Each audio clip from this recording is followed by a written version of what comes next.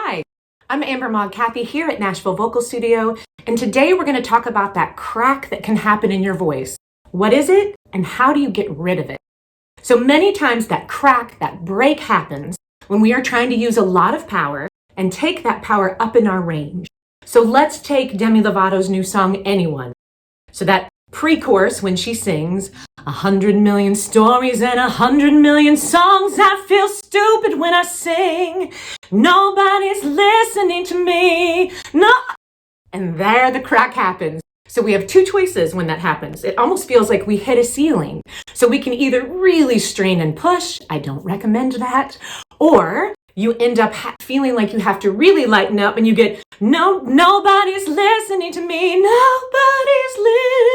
Which sounds like a big change in the voice and is usually not what we are going for.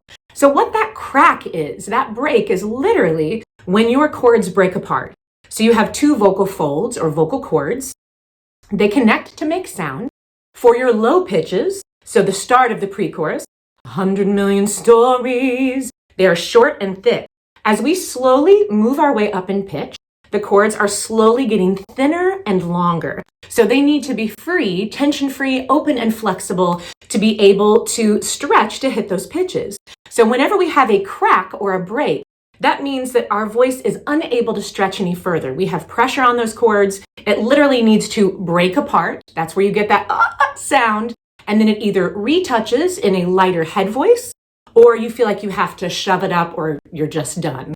So that's what that crack is. It's a literal break in your voice. So how we get rid of it is we want to work over that tricky area. Many times we just stay away from that break area in our voice because we don't like how it sounds, we don't like how it feels.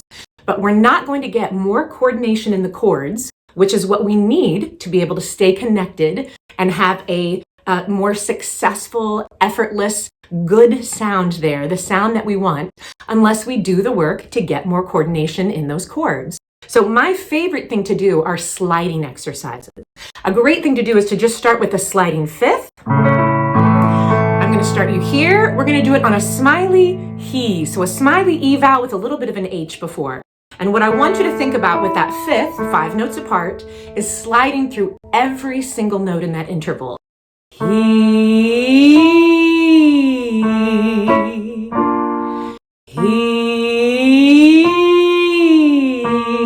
Almost think of your voice as a little vocal trombone or those old school slide whistles that go woo. We want to slide through every single note. What happens then is instead of our chords breaking apart, they're short and thick, they thin out, they come back to short and thick when we need that. So sliding exercises, I like to start with a fifth. You can even start as basic as a third, 3 notes apart. As you get more advanced, you can move to an octave.